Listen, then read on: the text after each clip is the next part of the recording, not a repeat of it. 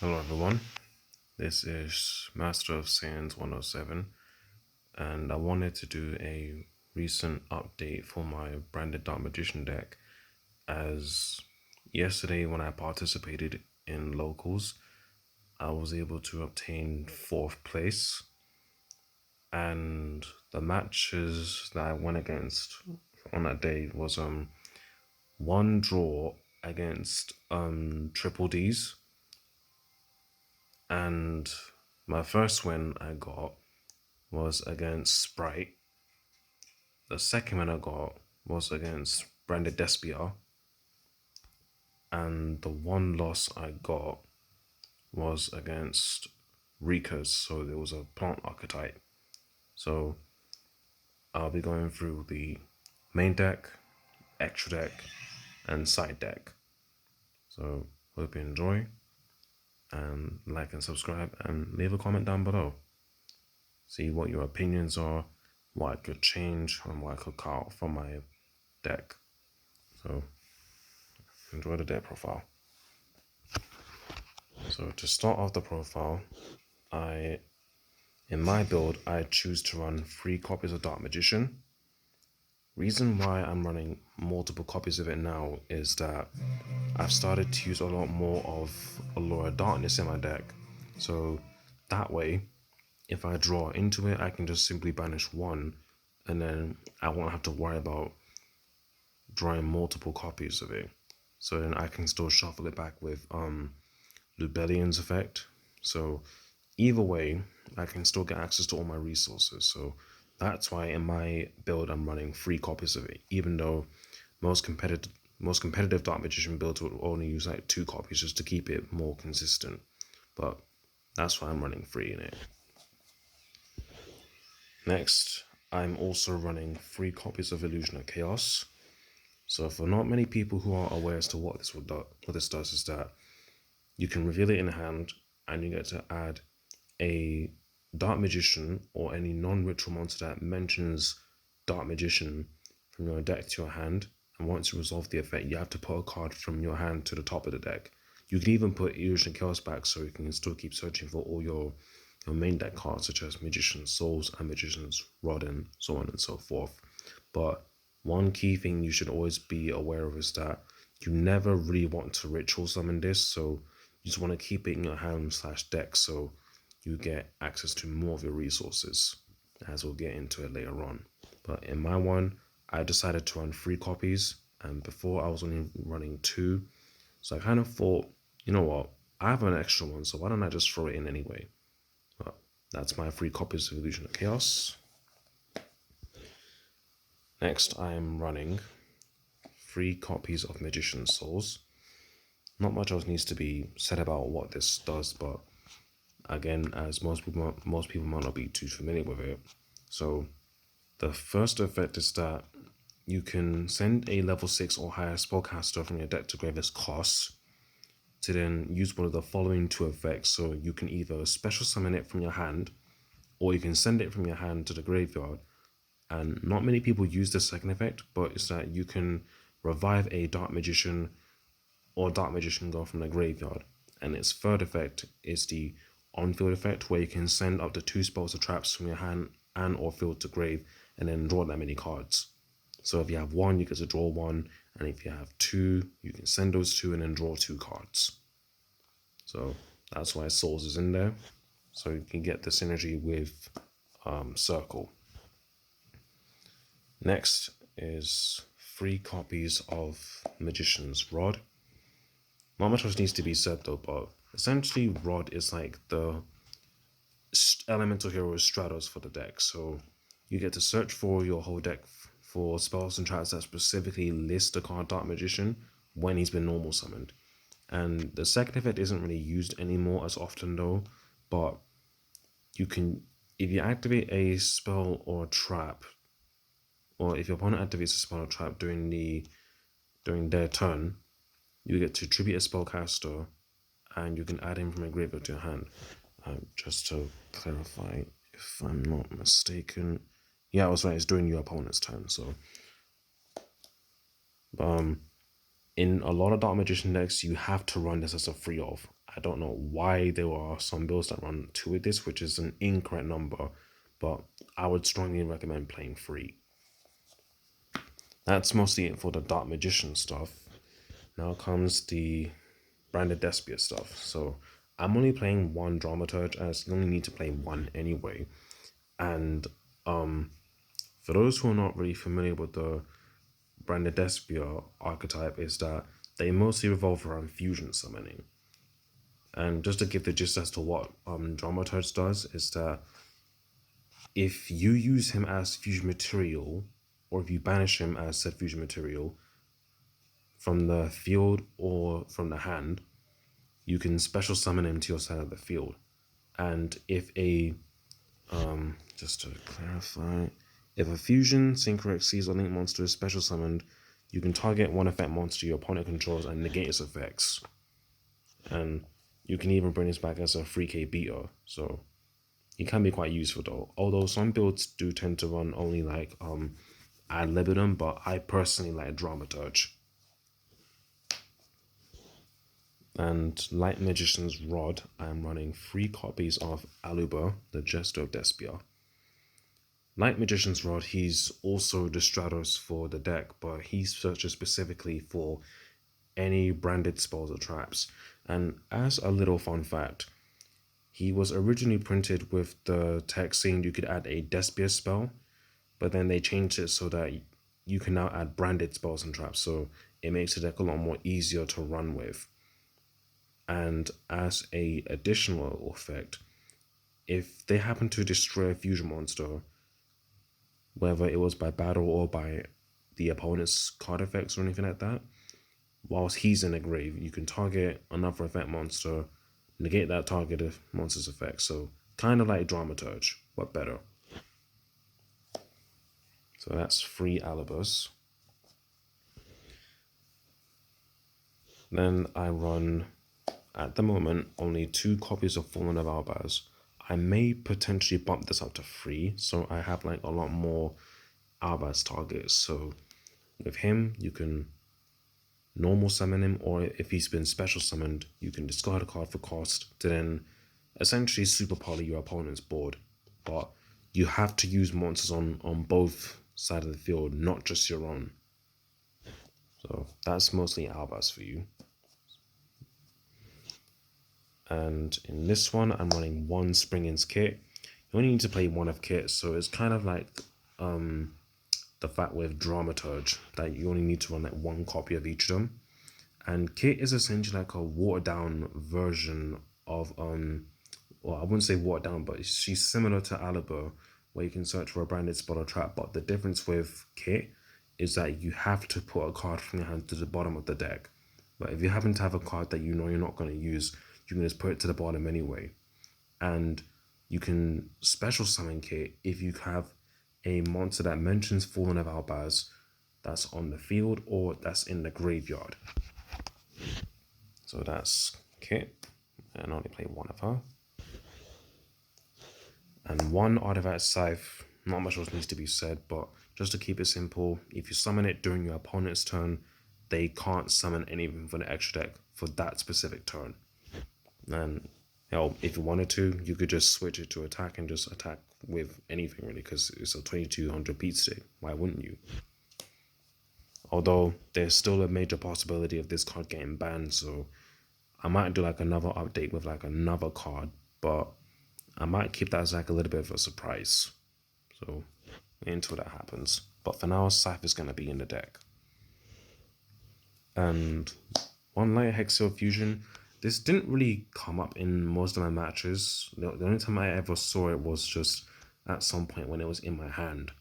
But he can be used as a substitute for any kind of fusion monster. So instead of just using Dark Magician, you could use this one as a target for like Dragoon if you wanted to, or as another hidden fusion monster that not many people are really playing, but it can be quite useful in good scenarios. So I'm still willing to keep this in my deck for now until I do like additional testing though, but you can use this if you want to. And plus it's a light target for Albion anyway. And for the last of the monsters, I am playing 3 copies of Ash Blossom and Joy Spring. Why would you not want to play this hand trap? Everybody essentially knows what this card does, so I might not need to explain. But you always want to main deck Ash Blossom. In some cases, Ash might not be as useful, but it can be decent in some scenarios. But always main deck Ash Blossom, because you never know when they might get to a point where they're going to start adding stuff from deck to hand or sending stuff that you know might be a potential combo piece. Always shotgun it. Always. Unless they have Call by the Grave or Cross Out Designator. That's it for the monsters. Now for the spells. For this one, I'm only running 2 Dark Magical Circle. Unless this was like a pure Dark Magician build, I would play 3 Circle, but just to keep it for consistent wise or so, I would only need to run 2 copies, as 2 is, I would say, is like a perfect number for this ratio or for this particular build. And what this does is that when it's been activated, you can look your top 3 cards of your deck, and if you draw into a Dark Magician or a spell type that specifically lists it, you get to add it to your hand, and the other cards can go in any order. And if you summon Dark Magician, except during a damage step, you're allowed to target any card on the opponent's side of the field and banish it. So that can be a really useful card. Next up, I am running 3 copies of Soul Servant. This took me a while for me to finally get this card after like years since this card was initially released, but this makes the consistency of my deck a whole lot more better, as without it, it was a struggle. But this one essentially just lets you stack your deck, so you can basically put cards like Circle, Illusion of Chaos, Magician's Souls, Magician's Rod, any Dark Magician card you want on top of your deck so you can guarantee it. And what you can do as a combination is that, so let's say you had Circle in hand and the Soul Servant. You could activate this first and then chain Soul Servant. So then you're guaranteed the card that you want to add to your hand. But bear in mind with Circle is that it has to be a Dark Magician or a spell type that specifically lists it. So if you have Circle in hand and you want to chain Soul Servant, you'd want to stack something like Eternal Soul, or if it was a pure Dark Magician build, you want to stack the Magician's Salvation, which is the field spell, but I'm not playing that at the moment though. But either way, you still get to place any Dark Magician card that you specifically want, so you can potentially add it with Circle. And as an additional effect is that if you happen to have cards like Dark Magician Go, and the Palladium Oracle monsters such as Mahad and Mana, you get to draw that many, but ideally you just want to like at least have 1 Dark Magician in grave. That's it for the Dark Magician spells. Now for the branded stuff, I'm running 3 copies of Branded Opening. Like my Soul Servants, these were also hard to come by as well, but I managed to get like a good deal off of someone.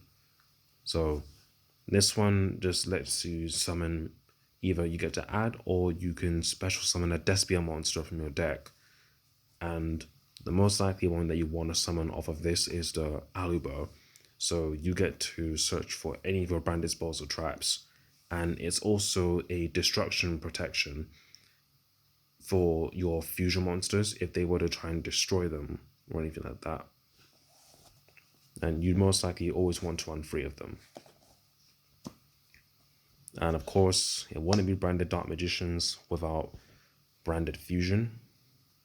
And in my opinion, it's like the better Red Eyes Fusion you could possibly want. As the major downside for Red Eyes Fusion is that you wouldn't be able to summon anything other than just saying. However, the only restriction that branded Fusion just gives you is that you can only summon fusion monsters, which doesn't matter anyway because you're playing fusion monsters anyway, as you'll see from an extra deck soon. And this one is like a main go-to starter, so if you happen to have Aluber in hand, they negate it, you can then activate Branded Fusion, so you've essentially forced them to waste their Ash Blossom. So Branded Fusion is an indefinite free of, and you can pick them up easy from the structure deck if you happen to find any. And I would most strongly recommend you play free. Then for mine, I'm playing 2 copies of Branded in Red. I was always thinking about playing free, but a lot of people told me that 2 is more than enough. So if you happen to have any one of your Despia monsters or a Fallen of Albaz, you get to add it to your hand. And bear in mind, it always gives you the option effect where when it says you can apply the following effect, it gives you the option whether you want to fusion summon or not. If you're not able to, you can still add the card to your hand. So that's perfectly fine. So in my opinion, run 2. Or if you were playing pure Branded Despia, run 3 if you want to, but ideally just play 2. Then the 1 Branded Lost, you only need to play 1 of this anyway. And with this, Branded Lost essentially gives you access to the majority of your monsters that mention Fallen of Albaz, or you could just get to add it anyway the minute you summon a fusion monster. It can be any fusion monster, not just specifically ones that mention Albaz or any of the Despias, but anytime you do a fusion summon, you get your resources. However, there's always a ruling with Branded Lost that even though it says that the activation and effects of your cards that involve a fusion summon can't be negated, they can still interact with cards like Branded Fusion because you're sending the materials from your deck to the graveyard, so they can still ash the said Branded Fusion. But only play 1 of this. You only need to play 1. Then I'm playing 3 copies of Allure of Darkness. As I mentioned, that if you happen to draw into like another Dark Magician with the Allure of Darkness, you can just banish it anyway. And if you happen to have another Allure, go right ahead. But just bear in mind that if you run out of dark monsters for you to banish, you'll essentially lose your whole hand. So I would strongly say be careful what you banish. And the card that won me most of my games, 3 copies of Dark Ruler No More. When main decking Dark Ruler No More, it's more preferable for you to go second because they'll never know whether you have it or not. And in most of my games when I played the tournament, the first time I went second, I drew into this card and it won me most of my games. But the last one, it didn't really do so great as I didn't know the matchup to it. But this is like a godsend. Because if you face against like a combo deck that just relied on making as many monsters as possible, and you draw into this and you're able to just pop off immediately, it's like an auto win for you. But another thing to bear in mind is that once you activate Dark Ruler No More, they cannot take any damage for that turn. So if you think about trying to end them and all that, you cannot. Because again, the card mentions that they cannot take any battle damage for the rest of the turn. So just keep that in mind. And if you're going against decks like mostly Sprite or just any combo based deck that revolves around summoning as many monsters on the field that have like negates and stuff like that, main deck 3 of them and make sure you go second. Even if you win the die roll, go second. Because if you have prior knowledge that you know there's a possibility of you drawing into this, go second and play 3 of them. And last spell that's in my deck is 1 Call by the Grave. This didn't really come up as often either, so I might take this out for something else. I don't know what it will be, but this will still be useful against hand traps. Although a lot of people are saying that this is going to get banned at some point. I ideally want this to come back to 3, but then again, you have Crossout being in the game, so I'd still see this end up getting banned as well, and you'd most likely have to play 3 Crossout designators, but yeah, it's still a decent spell to use. And for the traps, I run 2 copies of Eternal Soul. Not really need to explain what it actually does, but just to keep it short as well, like most of my cards, this essentially makes your Dark Magician, specifically Dark Magician, unaffected by your card effects. And there's a good ruling for this one where let's say your opponent attempted to do like a fusion summon with Super Poly. They use one of their monsters and they try to use your Dark Magician. That won't work because Eternal Soul makes them unaffected. So technically, they can't use Dark Magician as a fusion material, as this makes this unaffected. The first effect is the more relevant one, where you get to summon Dark Magician from your hand or your graveyard, but the second effect is kind of irrelevant, as you just be wasting it, and you'd rather want to be bringing that Dark Magician in the graveyard anyway. And as a little side note, if they happen to destroy it, banish it, this would destroy all the monsters on your field, except for monsters where they have effects where they can't be destroyed by card effects, such as Red Eyes Dark Dragoon. Although, if they put this back in your hand or shuffle it back into the deck, I'm not exactly sure if this effect would still trigger or not, though. So, if anyone can tell me the rulings as to if this gets shuffled into the deck or it gets returned to the hand, does the effect of Eternal Sword trigger or not, where it will destroy all my monsters? I just need to know that. And of course, 3 copies of Infinite Impermanence.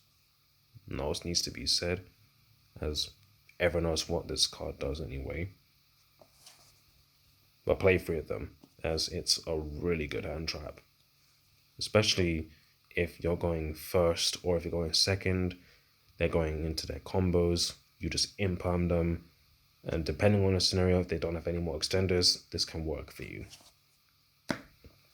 Then I'm playing 1 copy of Branded Banishment, essentially Monster Reborn and Super Poly, but they can still respond to stuff and all that, so they can try to shorten your interaction with your cards with Banishment's effect, but only run 1 copy of this. And lastly, my Branded Expulsion. This was supposed to be like another useful combo piece for like another card that I ordered, but unfortunately it never arrived, so I'm stuck with using the Cyphlox stuff until I'm able to sort that out. But what it was supposed to be is that it's a card called Edo the Supreme Magical Force, and that card has an effect where if you control it, the owner of the card cannot summon any monsters at all. So you won't be able to tribute summon, special summon, or even summon any monster from the extra deck whatsoever because you control that monster. But they can still attack with it. And with Expulsion, you can still summon stuff like Aluber or any other monster, but this event has to be specifically with 2 non-fusion monsters after you tribute any one of your fusion monsters that mention Albaz, such as Rebellion, Mirror Jade, or Albion. That's it for the main deck. Now for the extra deck. Don't know if this is in the correct order though, but there's supposed to be a couple masquerades in here. Oh, there we go. So in mine, I'm running 2 copies of Red Eyes Dark Dragoon.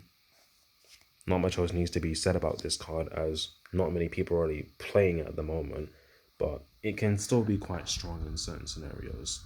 Like, there was one where my opponent had tried to normal summon Foreman of Albaz and tried to use its fusion summon effect. I then chained a card which was Super Poly to then fuse his Dragoon and my, no, not Dragoon, to fuse his Albaz and my Dark Magician to make Dragoon. And at that point, he ended up scooping because there was not much else he could do. But for anyone that's new to Dragoon and what he does, 1, he can't be targeted by card effects. 2, he can't be destroyed by card effects. 3, you can destroy monsters on your opponent's field up to the number of normal monsters that you use to summon it. So let's say you just use Dark Magician and Albaz, even though he's an effect monster, because you use Dark Magician, you only get to destroy 1. And once per turn, if a card effect was activated, you can discard a card as cost to negate that card and destroy it. And if you successfully negated it through Dragoon's effect, it will permanently get 1000 attack points.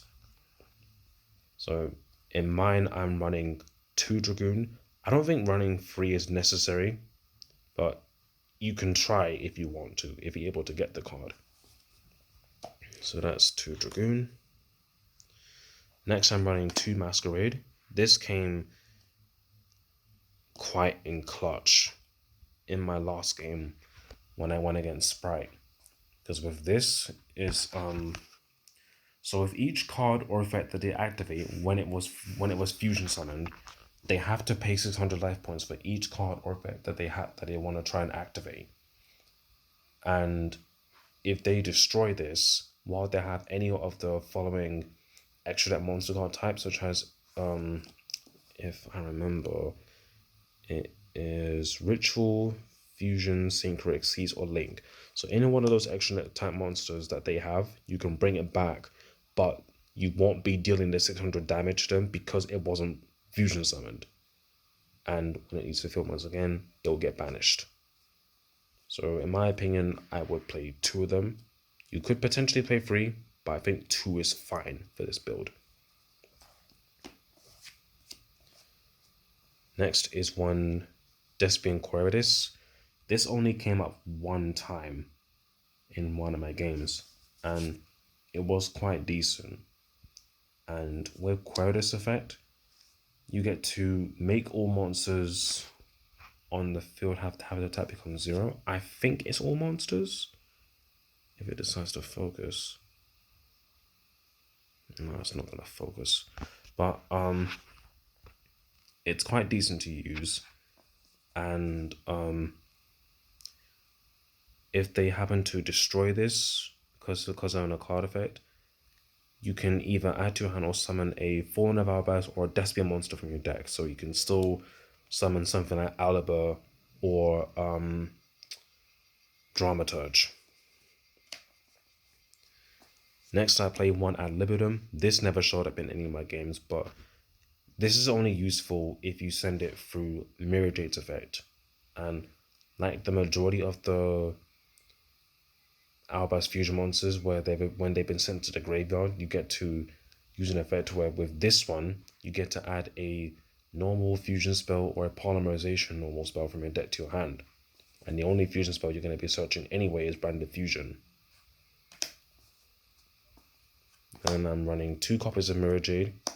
This comes up quite often once your cards are able to be resolved, such as Branded Fusion and then Rebellion. And it's a non-targeting effect where you get to banish a monster on their field, but you still have the option to banish one of your monsters if you want to go through the combo with Branded Expulsion. And it has another effect where if it leaves the field, except when it's been like shuffled back into the deck, you get to destroy all monsters your opponent controls. I think it's all monsters. Yeah, all monsters. And plus there's a 3k beat stick, so it's pretty good. 2 Rebellion. Not much else needs to be said, but the only decent effect he has is just that after you discard a card, you get to fusion summon once again by shuffling materials from your field, graveyard, or cards that were banished, such as Albaz and Dark Magician, or Dark Magician and Rebellion, and so on and so forth. And 2 Albion. Not much else needs to be said as well, but his good effect, well, his last effect is that if he's been sent to grave during the end phase, you get to add you either get to add or set a branded spell or trap from your deck to your hand, or from your deck to your field, such as Branded Expulsion, Branded Banishment, or you can even set Branded in red if you wanted to. And for super poly targets, which didn't really come up as often, but the only time these 2 ever really came up was against the Branded Despia matchup. And these 2 did quite well. They did. And for the last fusion monster I'm playing in a deck, which was supposed to be the target for the Light Hexer fusion is Blue Eyes Tyrant Dragon. The only reason why this was recommended to me was that after this battled, you get to set a trap card from your graveyard back to your field. So you get to set cards like your Imperm, your Expulsion, or your Banishment. And on top of that, it's also unaffected by trap cards and effects. And it gets to attack all monsters that the opponent controls once each. And it's a 3400 beat stick as well, so that's pretty insane.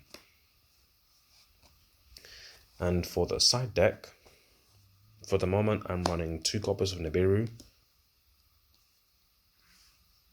It's pretty good. And like most of the cards that I've shown, it didn't really come up as I didn't choose to side it in, but it was still an option for me to put it in whether or not. But I didn't know the matchup, whether it was going to be like a spam heavy deck, but if they make boards where they're able to just negate anything, then Nibiru is kind of useless. And there's 2 effect veilers. If you wanted to, you could just probably cut out a couple cards to add in the veilers. Basically like it's like Imperm, but you can only use this during your opponent's main phase. And 3 Super Poly. This came in clutch during my branded Despia matchup. And as I mentioned before, my opponent summoned Fallen of Albaz. I had Dark Magician. I had ended up flipping Super Poly. And then I used his Albaz on my Dragoon. Albaz and Dark Magician, making Dragoon. Not much else really needs to be said. 1 Harpy's Feather Duster, potentially against Eldritch or any deck that you just hate running back row. And for traps, 1 red reboot, shuts down also Eldritch as well, and they can't activate any traps as well for the rest of the turn. 3-dimensional barrier. This shut down my Sprite matchup before, so this was useful. And lastly, free summon limit.